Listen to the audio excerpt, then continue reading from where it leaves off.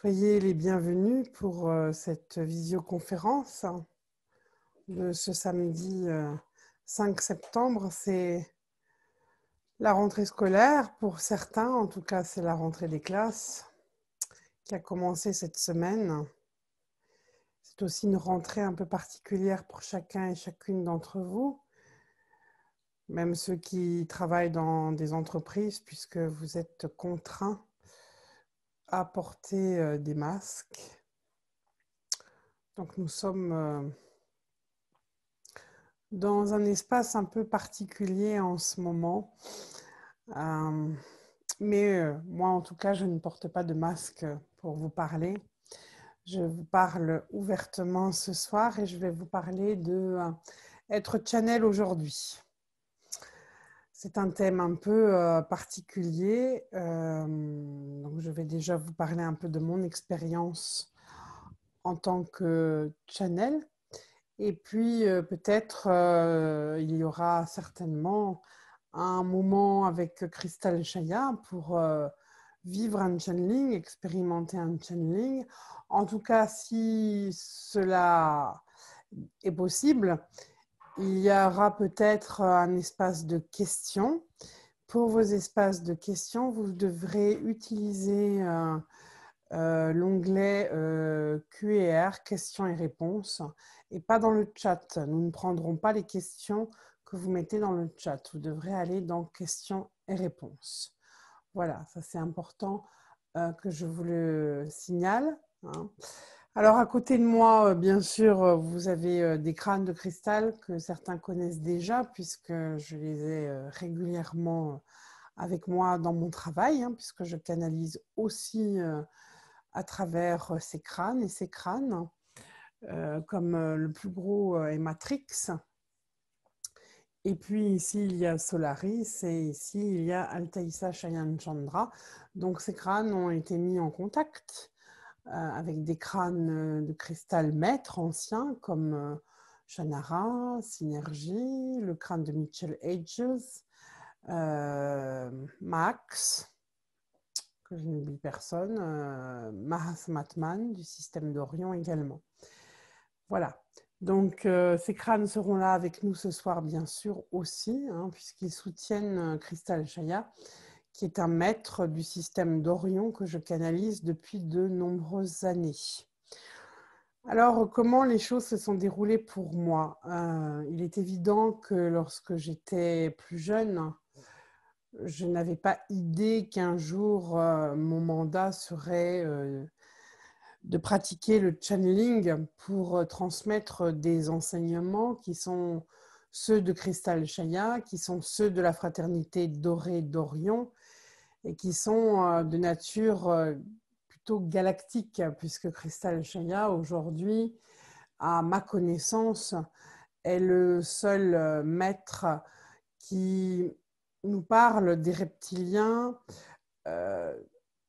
enfin, d'une certaine façon, dans le sens leur histoire avant la Terre, leur histoire. Il parle aussi de leur possibilité de rédemption. Crystal Chaya est aussi un maître qui nous parle de nos propres mémoires d'avant la Terre, qui nous explique finalement notre origine et le but de notre incarnation aujourd'hui, à l'époque actuelle, en 2020.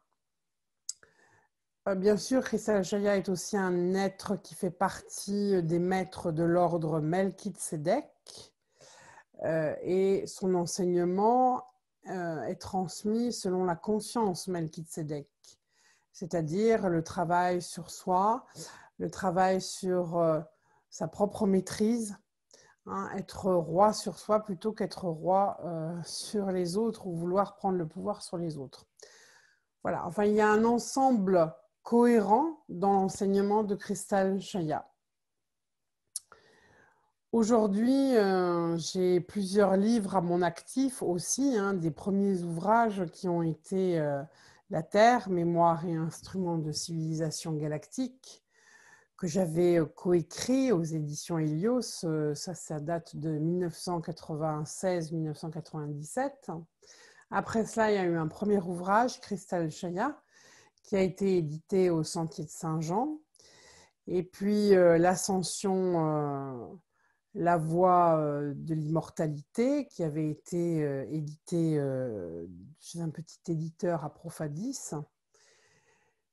Et ensuite, il y a eu une rencontre avec Marc Vallée des éditions Ariane et 3 conclaves qui ont été canalisés en direct à chaque fois sur 3 jours consécutifs et une soirée, en 2011, 2012 et 2013.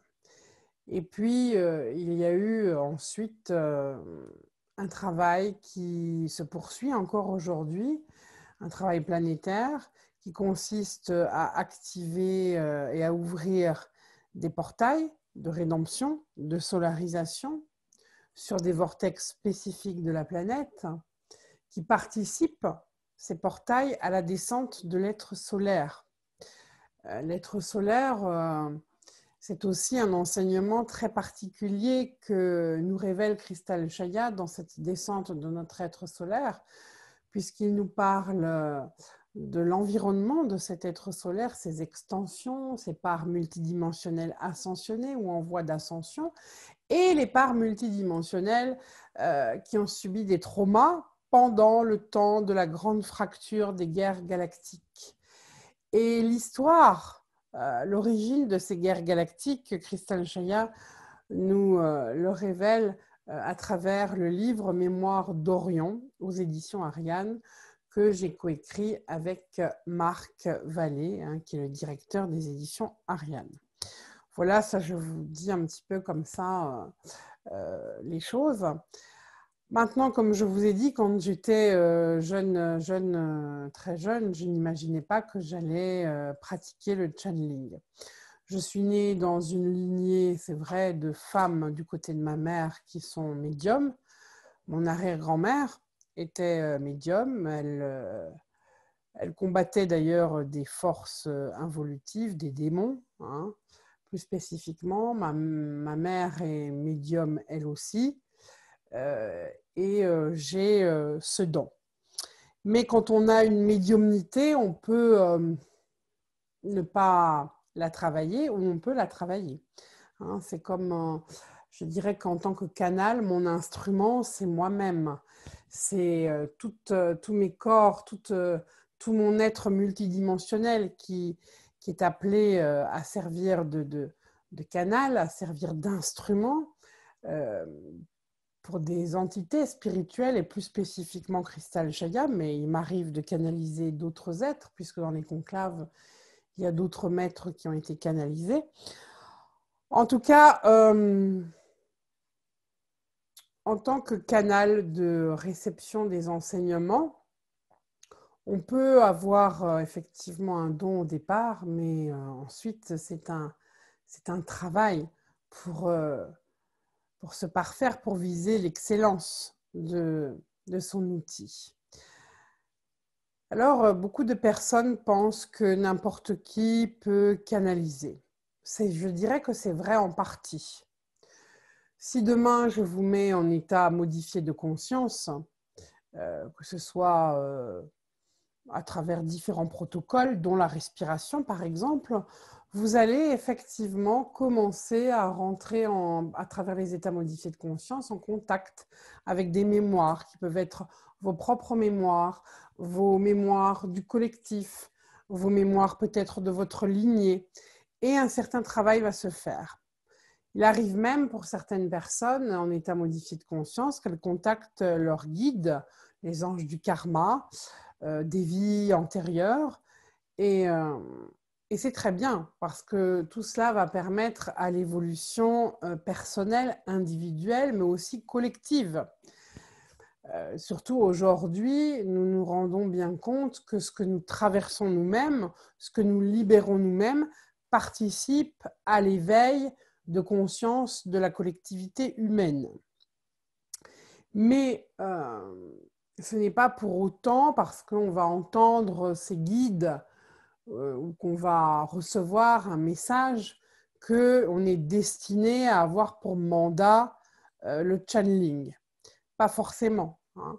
avoir un mandat de canalisation d'un maître spécifique, comme pourrait l'être Cristal Chaya ou d'autres maîtres, comme je pense notamment à Crayon, il y a un contrat qui est préétabli, hein, un contrat qui s'est établi avant la naissance avec le maître en question. Et puis aussi, en ce qui me concerne, j'ai été graduellement préparée, étape par étape, et heureusement, puisque mon système de croyance aurait pu être sérieusement ébranlé si Cristal Chaya s'était révélé d'un seul coup, d'un seul. Donc, ça s'est passé par étapes. D'abord, il y a eu, à mes 3 ans, un événement particulier, puisque j'étais en contact avec des êtres que j'ai vus, comme je peux voir des personnes humaines, dans une forme physique, mais beaucoup plus lumineux. Hein. Beaucoup plus lumineux qu'un être humain et à un niveau éthérique plutôt, enfin semi-physique. Et ces êtres, à ce moment-là, m'ont déposé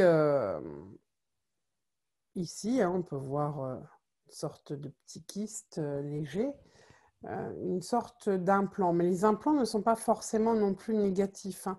C'est plutôt un implant qui m'a permis de rehausser mon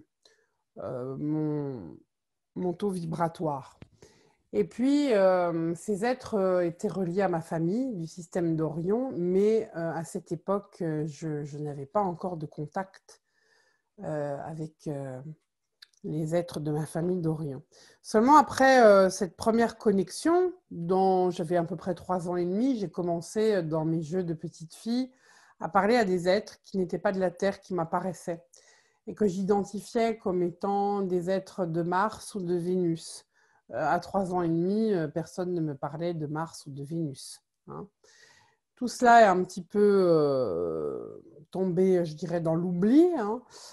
J'ai été scolarisée, j'ai suivi une scolarité normale. Et puis, je me suis retrouvée finalement à l'adolescence, un jour en écoutant Mozart, un premier état modifié de conscience, alors que je ne demandais rien, où je me suis retrouvée finalement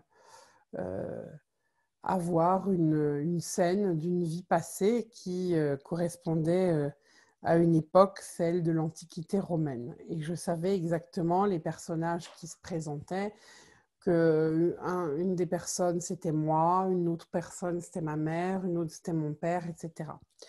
Donc, c'est quelque chose que j'ai vécu de façon spontanée. Ensuite, à l'âge de 16 ans, j'ai perdu mon père d'un cancer. Ça s'est passé très, très vite, en 6 mois. Et ça a été un moment douloureux dans ma vie. Mais plusieurs mois plus tard, il y a eu là aussi un phénomène paranormal qui s'est produit, où il y a eu une matérialisation de pluie de cristal. Et ce cristal est entré en moi, comme si j'avais senti finalement des morceaux de verre qui rentraient en moi. Ça a été assez impressionnant. Il y a eu un moment de stupéfaction, un moment un petit peu d'hésitation, de peur. Qu'est-ce que c'est? Qu'est-ce qui m'arrive? Et surtout, on était en voiture, ma mère roulait et elle s'est arrêtée. Et il n'y avait rien dans la voiture. Tout s'était dématérialisé, il n'y avait plus rien. Après cela, j'ai commencé à entendre « mange la poudre de cristal », là encore sans savoir ce que tout cela pouvait signifier. Et puis finalement, peu de temps après cet événement, j'ai commencé à parler de l'ADN, des structures ailleurs que sur Terre. Je racontais ça à ma mère et puis ma mère a commencé à ressentir que ce n'était pas moi qui s'exprimais à ce moment-là. Et elle se demandait même, mais d'où elle a toutes ces informations? Elle ne lit pas de livres. Et Et après, après ce message, finalement, et je ne savais pas que je canalisais, je me suis sentie très, très fatiguée. Et donc, j'ai demandé à ma mère d'aller m'allonger. Et j'ai dormi pendant plus de 24 heures d'affilée. Et puis ensuite, j'ai repris ma vie comme si de rien n'était. Comme si finalement, rien de particulier ne s'était passé. À mes 18 ans, j'ai eu mon bac. J'étais plutôt prédestinée, en tout cas, j'avais là la ferme intention d'aller suivre des cours de théâtre, puisque j'étais au conservatoire à l'époque. Mais les choses ne se sont pas mises en place. Au contraire, j'ai senti presque à l'intérieur de moi comme si on me retenait, qu'on m'empêchait d'aller vers cette voie. Et c'est bien plus tard que j'ai compris que c'était la présence de Christelle Chaya, parce que ça n'était pas mon chemin. Mon chemin était ailleurs. À 18 ans, enfin à 19 ans plutôt, j'avais presque 20 ans, j'ai eu la chance de rencontrer une personne qui avait été formée par Patrick Drouot sur les états modifiés de conscience. Et j'ai commencé à ce moment-là beaucoup à vivre ces états modifiés de conscience, à contacter mes vies antérieures, à contacter mes guides, à suivre également des séminaires, des ateliers.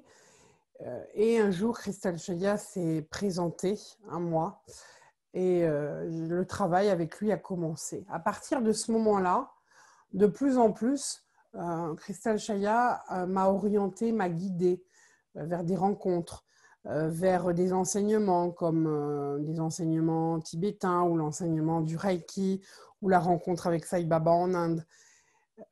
Et je dirais qu'à ce moment-là, ma vie spirituelle est devenue primordiale.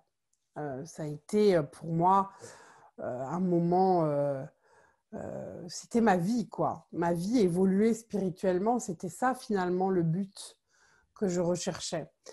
Et j'ai pu suivre donc différents enseignements entre 20 et 30 ans. J'ai beaucoup travaillé sur moi, que ce soit en psychothérapie, que ce soit avec l'enseignement de Lise Bourbeau, que ce soit les constellations familiales où j'ai été formée aussi.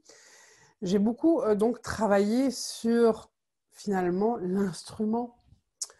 Parce que aujourd'hui, je me rends compte que être canal demande aussi une neutralité, c'est-à-dire on ne peut pas canaliser avec ses propres blessures, avec même si on a des blessures, j'ai des blessures comme tout à chacun, j'ai un ego, une personnalité humaine, mais en tout cas, ces éléments-là ne doivent pas intervenir dans mon travail de canal. Ça, c'est vraiment fondamental parce qu'il peut y avoir sinon des filtres qui empêchent finalement le maître de faire réellement le travail qui a besoin d'être fait. Puisque recevoir un message, c'est un message d'un maître, mais pour l'évolution d'une âme. Et c'est être au service de cette âme qui est là, par exemple en consultation individuelle ou lors d'un stage. C'est aussi être au service d'un enseignement qui est celui de Christelle Chaya. Et cet enseignement n'est pas là pour me faire valoir, pour satisfaire mon ego, pour combler des manques, pour être reconnu. Non, c'est un enseignement qui doit être vraiment l'enseignement du maître. Sa vibration, sa fréquence doit être transmise et ma personnalité humaine ne doit pas intervenir pendant le temps du channeling. Alors, pour moi aussi, un channel, ce n'est pas juste être un canal dans le sens, juste être une coupe de réception. Je dirais que c'est un travail qui est basé sur le lien d'amour. C'est un état amoureux. Comme dit parfois le maître Saint-Germain, maître et disciple à la fois. C'est un état amoureux. C'est-à-dire que je ne peux pas, aujourd'hui, je ne pourrais pas que transmettre l'enseignement de Kristal Chaya sans moi-même l'expérimenter, cet enseignement, sans moi-même être initiée à cet enseignement. Et c'est un peu peut-être la particularité avec Kristal Chaya, c'est que je suis initiée ou j'ai été initiée en même temps qu'il enseignait certains éléments. Je m'explique, par exemple, dans l'environnement de l'être solaire, il parlait de structure leur réplicante ou d'entité leur réplicante. Eh bien, au même moment qu'il transmettait l'enseignement sur les leurs réplicants, moi-même, je venais de vivre une expérience dans ma vie personnelle avec une entité leur réplicante, donc ce qui a été très douloureux pour moi à ce moment-là. Donc, j'ai été initiée en même temps que je recevais l'enseignement. Et ça, peut-être pour certaines personnes qui suivaient l'enseignement, c'était peut-être un petit peu difficile.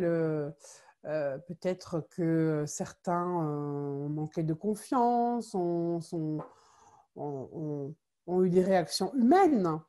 Parce qu'il y a toujours les projections aussi, il y a toujours... oui, c'est cela, les projections. Mais en tout cas, voilà. Aujourd'hui, je dirais que l'initiation que je vis aujourd'hui est très différente que ce que je pouvais vivre il y a quelques années. Je ne vis pas l'initiation en live en même temps que j'enseigne. Je vis plus une initiation intérieure qui est celle de la descente de mon être solaire. Et mon être solaire, Shamira, est gardienne de connaissances. C'est aussi un être qui est guérisseur par le son, par la voix, qui est guérisseur aussi des mémoires.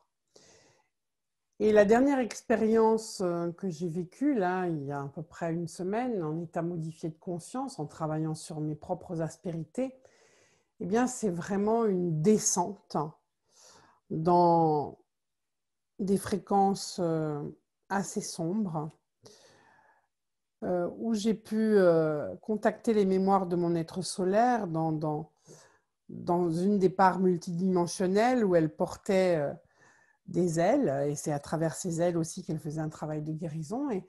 Et ces ailes, elles subissaient des agressions par des forces démoniaques, dirons-nous, et au fur et à mesure que j'expérimentais l'intégration de la lumière en moi, eh bien, je remontais progressivement vers des zones de lumière plus importantes et je ramenais avec moi dans la lumière des parts de moi-même qui étaient bloquées dans certaines fréquences et aussi bien des forces involutives qui montaient vers la lumière en même temps. Et là, j'ai fait une grosse prise de conscience importante. Elle était déjà là, mais elle s'est intégrée cellulairement en moi. Personne n'est sauveur.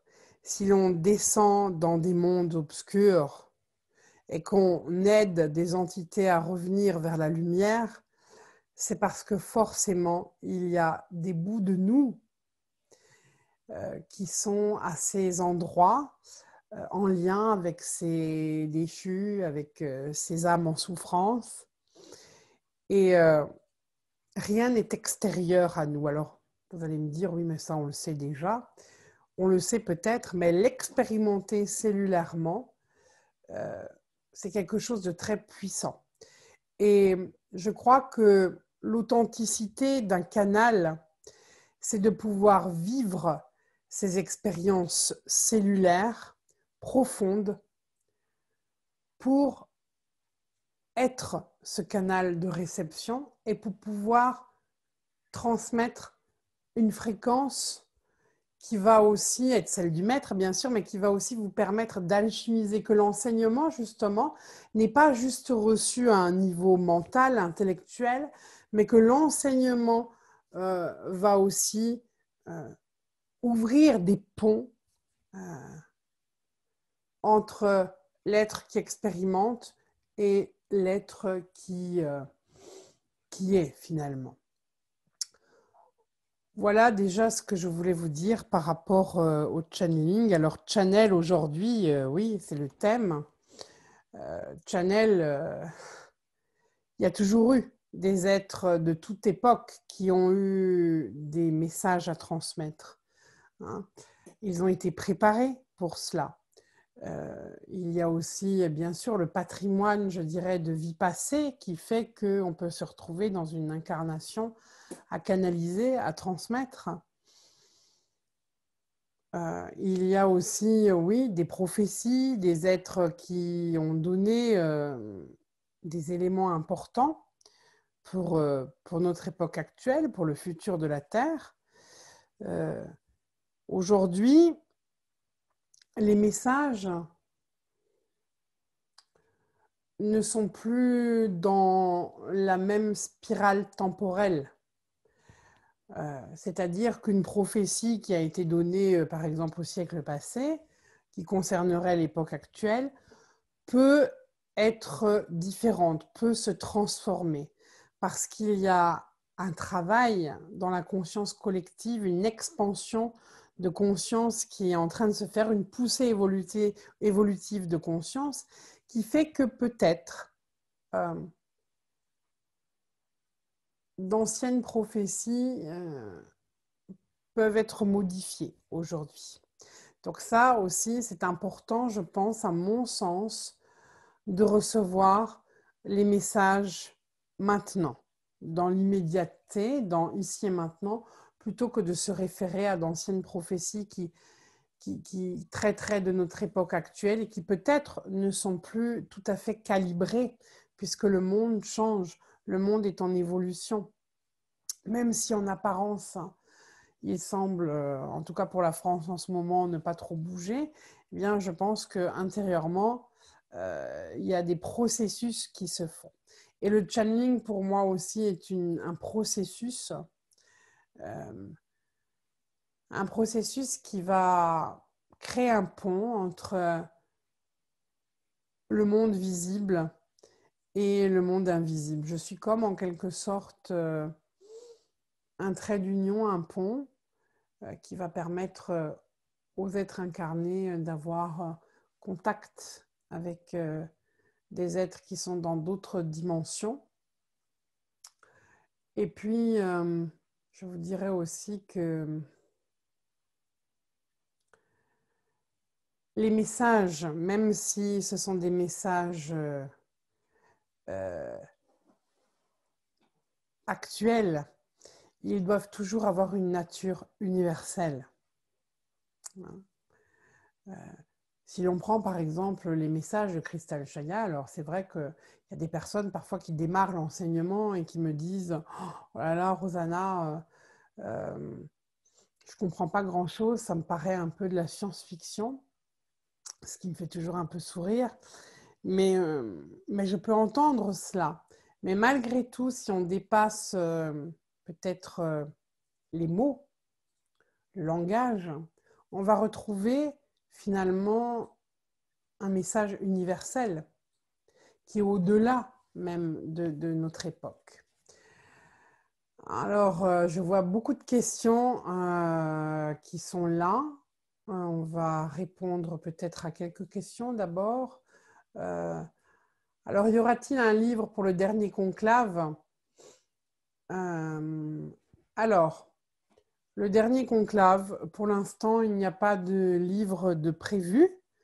Il va falloir que moi-même, je réécoute le conclave qui a eu la première partie au mois de novembre à Paris, la deuxième partie qui a eu lieu au mois de juin. Ce qui serait intéressant, mais il me faut du temps pour cela, ce serait de regarder, d'écouter les différents messages, de mettre des extraits de messages, peut-être de proposer un e-learning dans ce sens, pour que ceux qui n'étaient pas là en direct puissent réécouter, comprendre, avoir des commentaires de ma part. Donc, mais pour l'instant, non, il n'y a pas de conclave prévu. Pour le moment, ce qui est prévu avec les éditions Ariane, c'est Mémoire d'Orion qui vient d'être traduit en anglais et qui va être sur le marché américain dans quelques semaines aux États-Unis. Voilà, c'est ça qui est prévu pour le moment. Après, j'ai une question de Carole. Comment garder la bonne direction pendant la canalisation? Quels peuvent être les parasites éventuels pendant la canalisation? Oui, il peut y avoir des parasites, évidemment, mais je dirais que les premiers parasites ne sont pas extérieurs, mais bien intérieurs. S'il y a des parasites extérieurs, c'est parce qu'il y a des failles à l'intérieur de soi. Sinon, il peut y avoir toutes les failles extérieures possibles. On peut être un peu perturbé, mais on va garder son alignement. Donc, c'est plutôt les failles, à mon sens, intérieures qui vont créer une perturbation. Les failles intérieures, j'en ai un petit peu parlé. Par exemple, si j'ai un besoin de reconnaissance, c'est déjà une faille. C'est déjà une faille qui peut être utilisée par des entités, des énergies du bas astral, ou je dirais de l'astral édulcoré, qui vont me mener en bateau. Donc, il va falloir développer beaucoup de discernement, de vigilance. Et si vraiment vous rentrez dans un travail de channel, de canal d'enseignement, vous portez une responsabilité vis-à-vis des personnes, je pense qu'il est tout à fait sain de se faire superviser par un psychothérapeute ou un psychologue, mais évidemment qui ait une conscience ouverte à ce type de pratique. Mais je pense que c'est toujours bien d'avoir un œil extérieur qui va permettre de voir un petit peu où l'on en est et ce que l'on a à travailler pour que justement il y ait le moins d'aspérité. Enfin, les aspérités sont là. Elles font partie aussi de ce qui nous reste à transcender, à en faire notre excellence, mais ces aspérités ne doivent pas prendre le pouvoir au moment où on va aller vers une canalisation. Alors, il y a une autre question de Nadia. Est-il possible que plusieurs personnes canalisent un maître ou est-ce qu'un maître a toujours un seul canal attitré comme Cristal Chaya et toi? Alors, c'est une très bonne question. Évidemment, un maître peut avoir plusieurs canaux. Les maîtres peuvent avoir évidemment plusieurs canaux de référence. Mais je pense que oui, il y a aussi des maîtres qui n'ont qu'un seul canal d'enseignement. Par exemple, c'est aussi le cas de Cryon, c'est le cas de Cristal Chaya.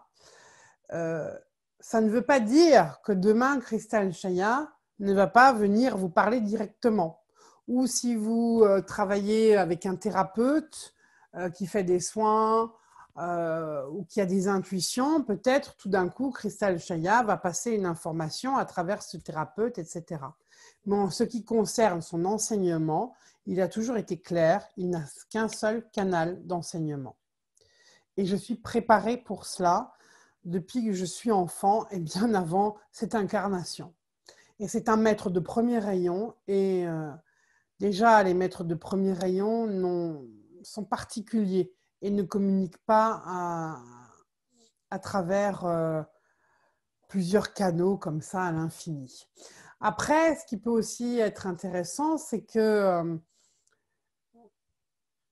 si demain j'ai quelqu'un qui vit au Japon, qui n'a jamais entendu parler de Cristal Chaya, qui n'a jamais entendu parler de mes livres ni rien, et qui tout d'un coup se mettrait à canaliser Cristal Chaya, et dans la fréquence, on reconnaîtrait vraiment l'énergie de Cristal Chaya, pourquoi pas? Je m'incline, mais je pense que Cristal Chaya me préviendrait qu'il y aurait un autre canal d'enseignement sur cette planète.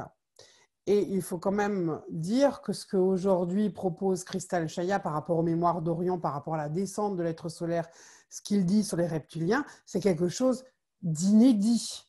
Et si aujourd'hui, Marc Vallée des éditions Ariane investit pour faire traduire Mémoires d'Orion aux États-Unis, c'est bien parce que c'est inédit. Il faut savoir que traduire un livre, exploiter un ouvrage, financièrement, ça coûte de l'argent. Donc, il y a tellement déjà de channels aux États-Unis, il y a tellement d'informations qui nous viennent de là-bas. S'il a trouvé nécessaire de transmettre Mémoire d'Orion aux États-Unis, c'est que cette information n'apparaît pas encore. Elle est inédite.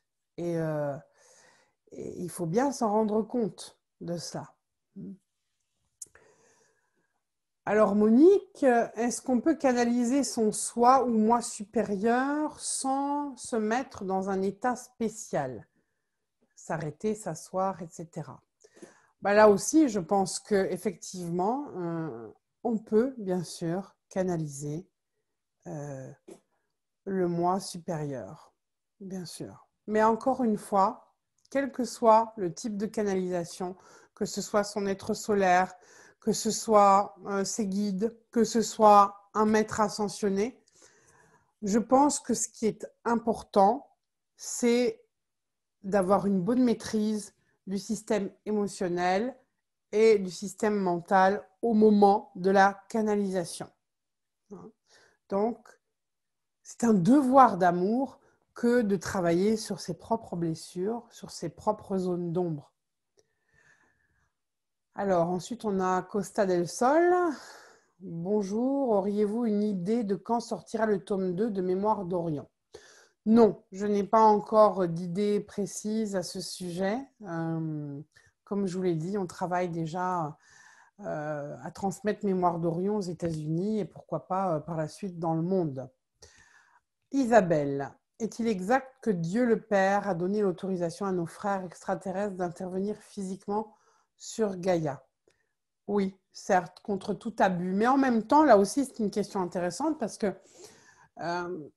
bien sûr, qu'ils peuvent intervenir contre tout abus. Mais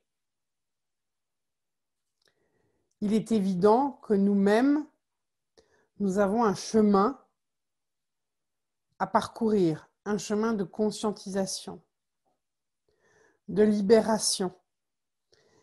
Et les maîtres ne peuvent pas être interventionnistes parce qu'ils ne sont pas sauveurs, ils sont aidants. Et je pense qu'il est important de vraiment faire cette nuance entre vouloir sauver, être interventionniste et aidant. Aidant, c'est aussi reconnaître notre divinité et notre capacité à prendre nos responsabilités par rapport à ce que l'on crée dans le monde, à travers nos pensées, nos sentiments. Bien. Voilà, je crois que j'ai répondu un peu à vos différentes questions. Alors, comme on est un peu en webinaire, vous ne pouvez pas apparaître sur les vignettes et je ne peux pas vous voir directement, ce qui est un peu dommage. Mais évidemment, avant de vous quitter, je ne vais pas vous quitter comme ça, je vous donnerai évidemment la possibilité d'un contact avec Crystal Chaya. Peut-être que Crystal Chaya a un message aujourd'hui à transmettre à toutes ces personnes qui sont là et qui ont cette ouverture. Est-ce qu'il y a des channels dans tous les pays du monde, Thierry? Il y a des channels partout. Après, dans tous les pays, je ne sais pas. Mais il y a des channels dans différents pays, c'est sûr.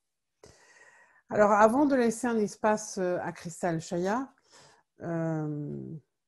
puisque après, je serai un petit peu dans un état modifié de conscience, je tiens à vous dire aussi que vous pouvez suivre les enseignements de Crystal Chaya en vous inscrivant à la lettre mensuelle qui est gratuite, qui apparaît à chaque début de mois, en vous inscrivant sur la page d'accueil de mon site www.crystalchaya.com et vous serez donc informé de la lettre mensuelle et de la lettre d'actualité où il y a les différents stages séminaires.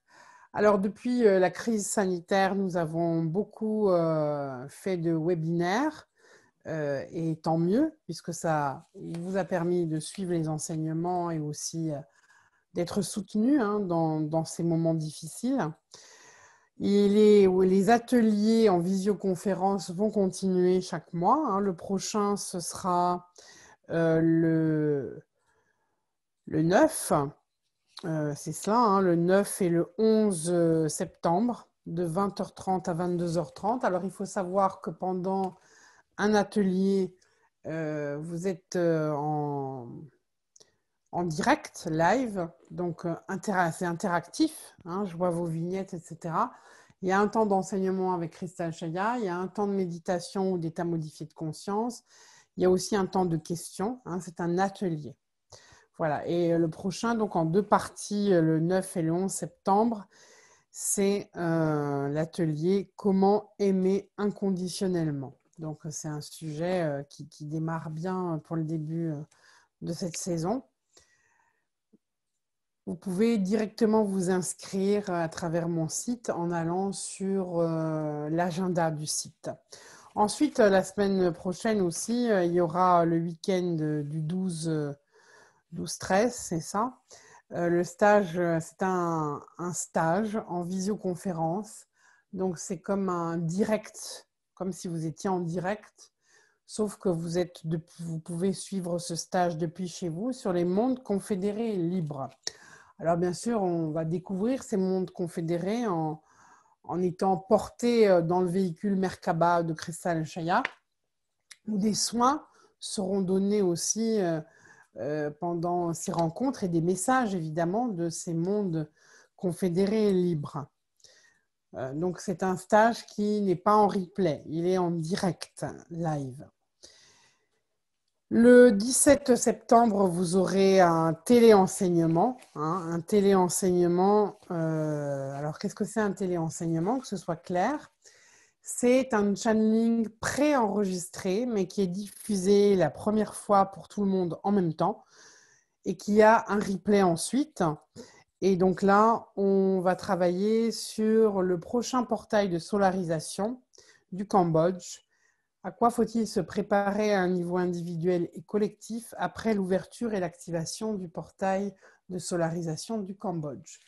Il faut savoir que le voyage qui était prévu au mois de novembre prochain, par Oasis Voyage, notre partenaire, est reporté au mois de mars. Ça va être annoncé prochainement sur notre site parce que, évidemment, actuellement, vu la crise sanitaire, et les complications que ça suscite, pour l'instant, nous ne pouvons pas aller au Cambodge. Hein. C'est trop compliqué. Et puis, un stage en présentiel. Donc, les stages en présentiel sont vraiment des stages expérimentaux. On ne peut pas les faire en visioconférence. C'est pour ça que l'on se retrouve à Ruffieux, au centre Val d'Or, dans l'Ain, pour un stage du féminin sacré sur 3 jours destiné aux femmes. On m'arrive aussi de travailler avec les hommes, mais là, on va travailler vraiment sur nos propres blessures du féminin et sur les différents archétypes du féminin. Et pour la première fois, je vais utiliser l'outil de la respiration pour que toutes ces femmes qui seront là puissent entrer dans les matrices du féminin sacré et toucher finalement la blessure du féminin.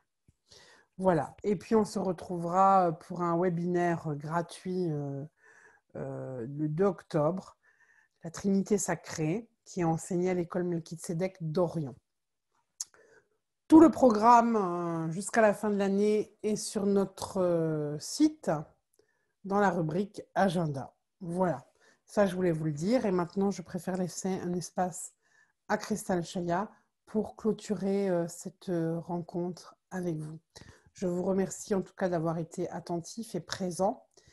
Et peut-être qu'il y aura un espace de questions. En tout cas, s'il y a des questions qui vous viennent, vous les inscrivez dans questions et réponses. Et à la fin du message, certainement, Christelle Chaya répondra à vos questions.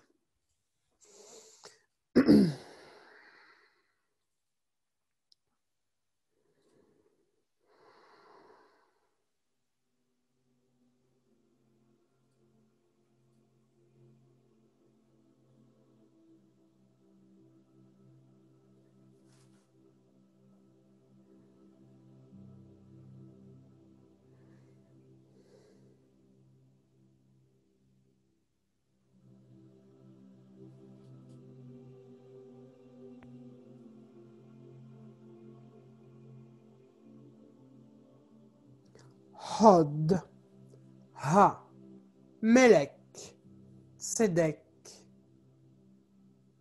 Melchitsedek, Meshia.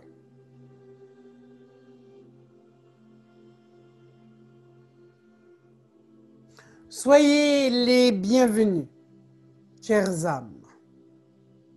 Soyez accueillis. Accueillis dans l'espace vibratoire des 12 cristomètres d'âne, d'Orient, d'où je suis. Pleinement accueillis dans cet espace sacré et consacré. Je suis Cristal Sheya, maître d'enseignement et de rigueur. Un Melchitsedek de la fraternité dorée d'Orient. Je viens vers vous, humains de la Terre, pour vous accompagner dans ce processus d'ascension, dans ce besoin d'intégration mémorielle et cellulaire, dans ce processus de descente de votre être solaire. Alors, cette descente de l'être solaire est un événement particulier qui fait partie de ce processus d'ascension, mais il ne s'agit pas de canaliser votre être solaire comme vous pourriez canaliser un maître ascensionné qui vous donnerait un message. Il s'agit là d'une intégration cellulaire, mémorielle de votre être solaire. Une intégration mémorielle, c'est pouvoir, dans un premier temps, traverser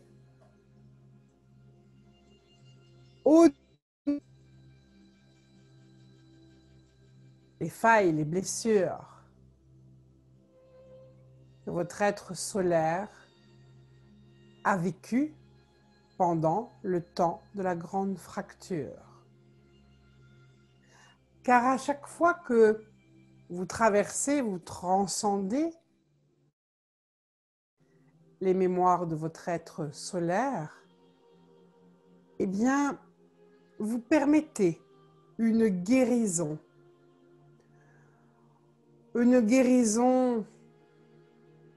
dans le corps multidimensionnel de l'humanité terrestre, mais aussi des humanités autres. Je pense notamment à tout ce qui touche l'environnement de votre être solaire. Et aujourd'hui, plus que jamais, nous ne pouvons pas nous contenter simplement de vous révéler, de vous dire ce que vous avez vécu, les traces, les mémoires de ce que vous portez. Il est nécessaire que vous puissiez, à travers des états modifiés de conscience, entrer en contact. Et le souffle est la voix sacrée. Le souffle est le lien d'amour. Parce que lorsque vous respirez, d'une certaine façon en hyperventilation, vous chargez vos cellules, toutes vos cellules sont surchargées d'oxygène. Et cela ouvre des vortex au cœur de la cellule, crée des ponts de lumière qui vont vous permettre de contacter des mémoires, de faire un voyage et de libérer à un niveau émotionnel tout ce qui a besoin d'être libéré. Car l'ADN émotionnel est cet ADN qui doit être façonné, qui permet aussi de créer du lien entre toutes les parties de vous-même. C'est à travers cet ADN émotionnel aussi que nous pouvons harmoniser, créer une remise à la norme de tous vos systèmes, de tous vos codes. Car pour apprécier le langage solaire des sauts d'unité quantique, pour harmoniser pleinement votre aura, il est fondamental que vous puissiez descendre à l'intérieur de vous-même, dans les zones d'ombre, dans les soubassements, dans vos caves les plus profondes. Que vous puissiez sortir de l'évitement. Aujourd'hui, ce qui se passe dans votre monde, on vous pose un masque sur la bouche, le nez, comme justement pour vous empêcher de respirer, mais aussi de dire, de communiquer. Et une fois encore, beaucoup d'entre vous s'adaptent parce que vous vous dites peut-être que c'est juste une période, qu'à un moment donné, ça va s'arrêter. Alors il faut faire avec. Il faut faire avec, mettre par exemple des masques en entreprise pour garder son travail.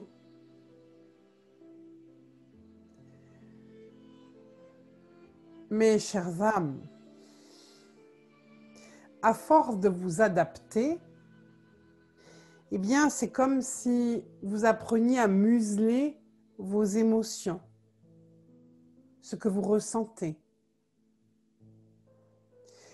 Et tout ce qui est mis sous le boisseau, à un moment donné, c'est comme s'il y avait une espèce de cocotte minute là, qui monte, et qui risque à tout moment d'exploser.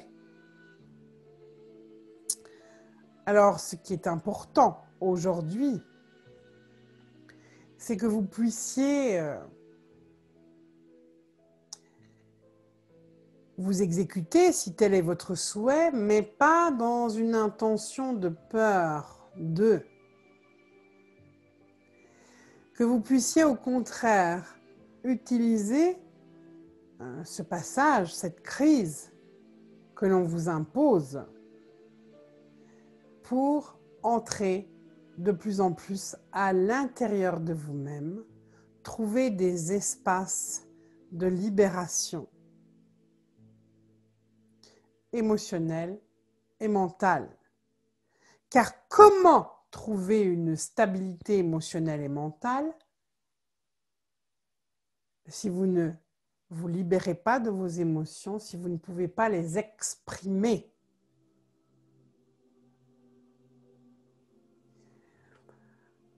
En même temps, plus que jamais, actuellement, ce que vous vivez à un niveau individuel impacte le collectif. Vous le savez déjà, mais là, vous l'expérimentez plus étroitement, plus profondément, plus intensément. Et aussi, vous êtes traversé par ce que peut vivre le collectif humain. Les peurs, les angoisses.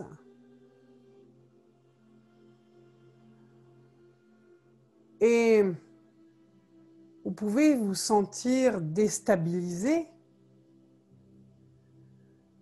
par tous ces éléments extérieurs qui ne vous appartiennent pas et qui sont là pour générer du stress et baisser vos fréquences vibratoires.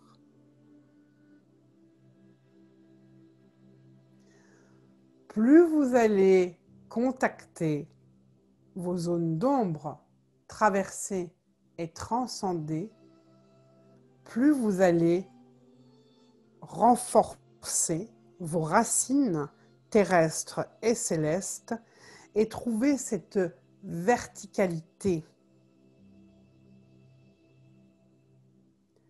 Une verticalité qui ne cessera de poser une intention pour aller au-delà, au-delà du plan de la dualité.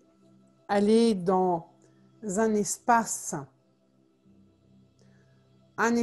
unitaire où vous trouverez là la plénitude, la présence de votre être solaire dans ce qu'il est, dans ce qu'il manifeste, dans son rayonnement d'amour.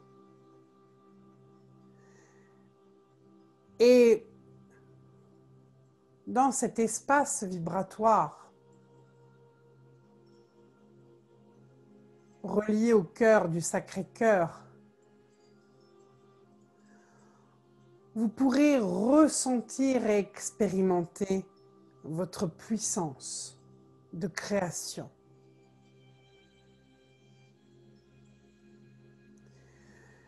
Ces hautes fréquences ne sont pas accessibles à l'oligarchie de l'ombre, aux déchus.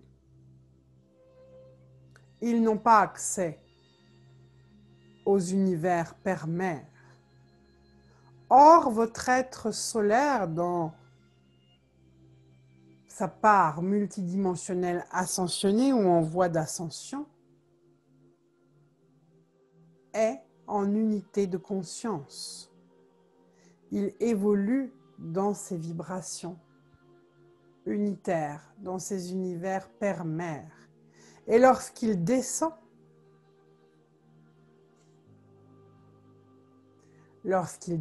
pour vous rejoindre là sur Terre,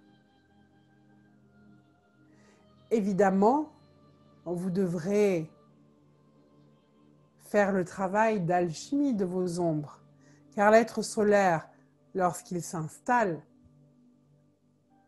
lorsqu'il collabore consciemment avec vous, lorsqu'il y a cette unité de co-création, eh bien l'être solaire, lui, ne fait pas de compromis. Il ne va pas s'adapter pour survivre. Il est la vie. Il est expansion d'amour. Et s'il vient, c'est pour une remise à la norme de tous vos systèmes.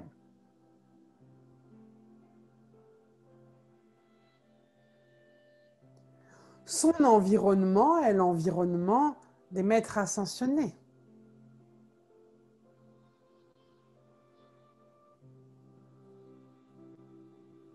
Et il ne va pas rentrer en affrontement avec l'environnement des extensions, non point. Il va exercer sa souveraineté. Il va rayonner son potentiel d'amour.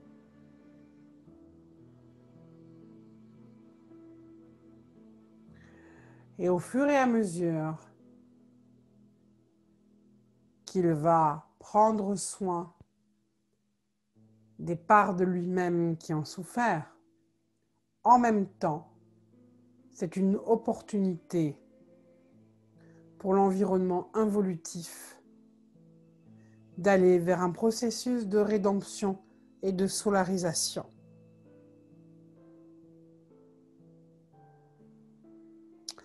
Je sais qu'aujourd'hui, certains d'entre vous ont peur de finir finalement esclaves,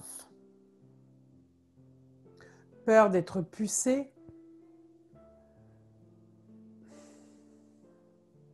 peur de devoir se battre, peur d'être pris de force. Tout cela, ce sont d'anciennes mémoires. Ce ne sera pas la réalité de ce que vous êtes aujourd'hui, car vous êtes guidés vous êtes protégés, vous êtes aimés.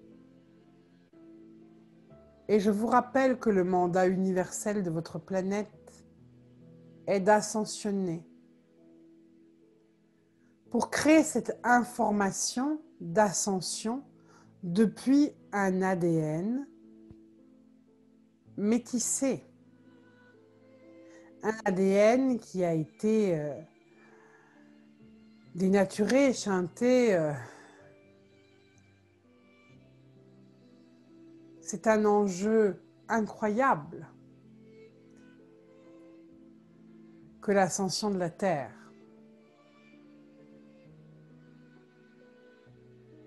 Et cette information qui est en train de se créer libérera, ou en tout cas offrira la possibilité à des étoiles sombres d'aller vers un processus d'évolution plutôt que de rester dans cet enfermement dans lequel des entités sont en souffrance. Alors bien sûr, vous portez aussi des mémoires, les mémoires d'esclaves du peuple de Djia. Être esclave, c'est bien pire. Pire que être un exécutant, parce qu'un exécutant peut toujours un peu prendre du galon, peut recevoir quelques privilèges, alors qu'un esclave n'a aucun droit, n'est pas reconnu en tant que personne humaine. C'est précisément aujourd'hui cette part-là qui doit être libérée par l'être solaire.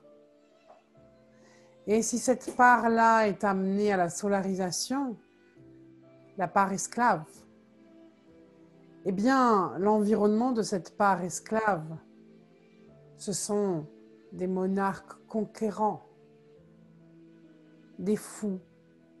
Fous parce que ils sont comme pris par une sorte de frénésie de pouvoir qu'ils ne peuvent contrôler.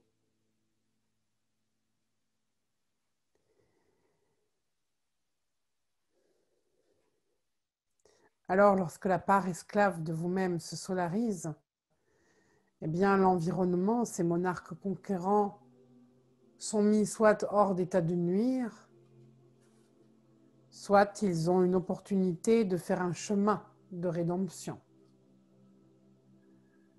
S'ils ne peuvent faire le chemin,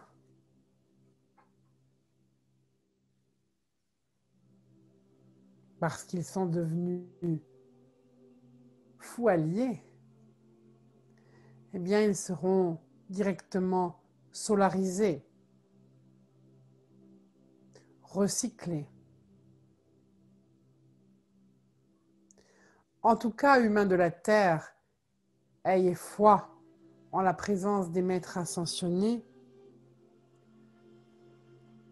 Le mandat de Gaïa restera tel qu'il a été défini au départ. L'ascension de la Terre va permettre une libération des univers sombres.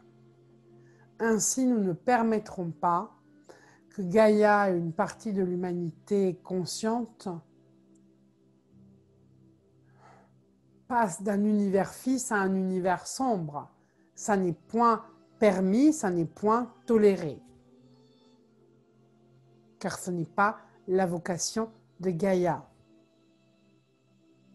Jia a été un univers sombre, mais pas Gaïa, pas la Terre. Alors, si certains se croient tout-puissants, croient qu'ils ont la toute-puissance pour réduire la Terre à un système d'esclavage, ils vont finir par se rendre compte qu'ils sont impuissants.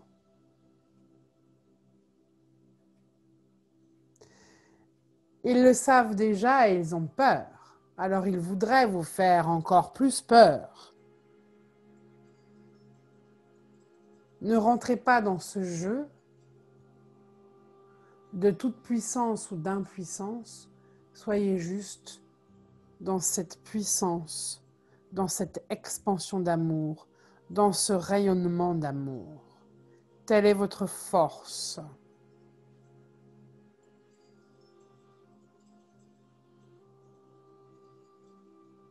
Certains d'entre vous n'ont plus l'âge d'aller sur les barricades. Et ce n'est peut-être pas non plus ce qu'il vous reste à faire. Mais vous avez la puissance, l'intégrité d'être partenaire avec les maîtres des mondes confédérés libres et de la Star Command.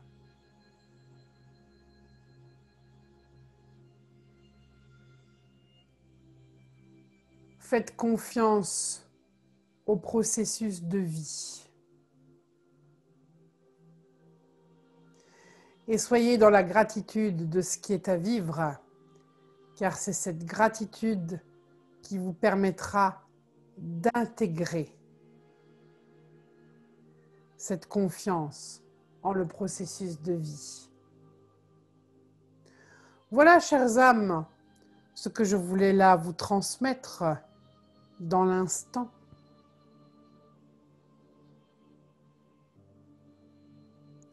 Il ne tient qu'à vous de vous sentir libre, de vivre comme si vous étiez déjà totalement libre, de rester dans la joie, dans la manifestation de votre essence sacrée. Ne donnez pas votre pouvoir. N'essayez pas d'envoyer de la lumière à des déchus. Restez alignés. Nourrissez-vous de lumière. Renforcez votre lumière et rayonnez.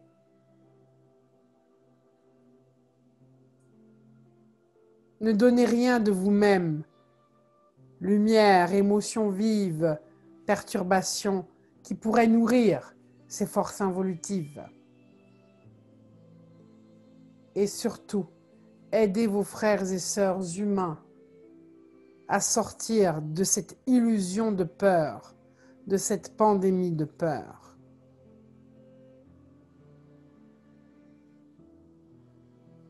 Voilà ce que je vous transmets. Soyez en tout cas remerciés, chères âmes, pleinement remerciés et guidés dans votre processus d'ascension. Om Shanti Shaya.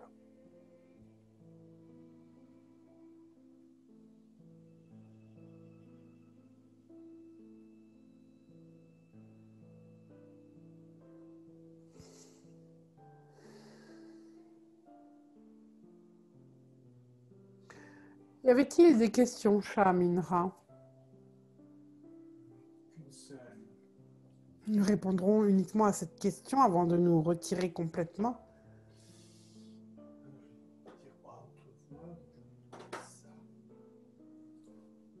Il n'y avait qu'une seule question. Bonjour, est-ce que Crystal Shea donne le choix d'âme? Le choix d'âme. C'est Karine qui pose cela.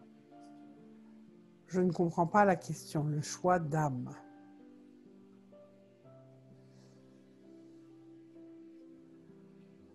Donc, à moins que Karine ne précise sa question, je ne répondrai pas à la question. Karine de pouvoir parler. Oui. Alors, accueillons son micro.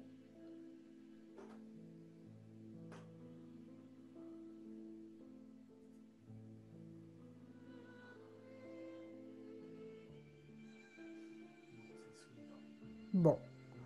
Après, j'ai Thierry. Tu disais qu'il n'y avait qu'une seule question. Il y a deux questions. Oui, c'est Shamira qui a demandé à ce que je réponde aux questions, hein, car moi j'allais quitter le canal. Oui. Alors, quelle est cette autre question? Est-ce la même chose d'ascensionner et de fusionner avec son être solaire? Bah, fusionner,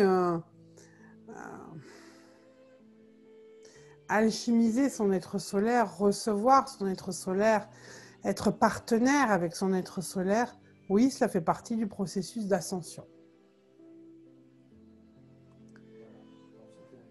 Bien. Donc, je vais maintenant vous quitter. Hein. Soyez bénis en tout cas, chères âmes.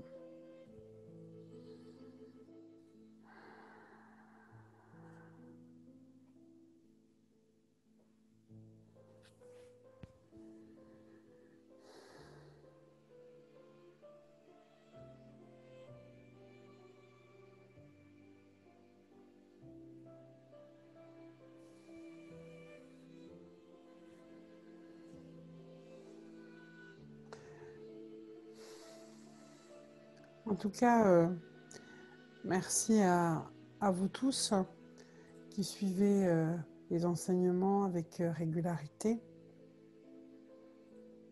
Merci aussi aux personnes qui travaillent sincèrement avec leur cœur pour le passage actuel que nous traversons tous. Et je serai ravie prochainement de vous retrouver pour d'autres enseignements. Merci à vous. Bonne soirée. Au revoir.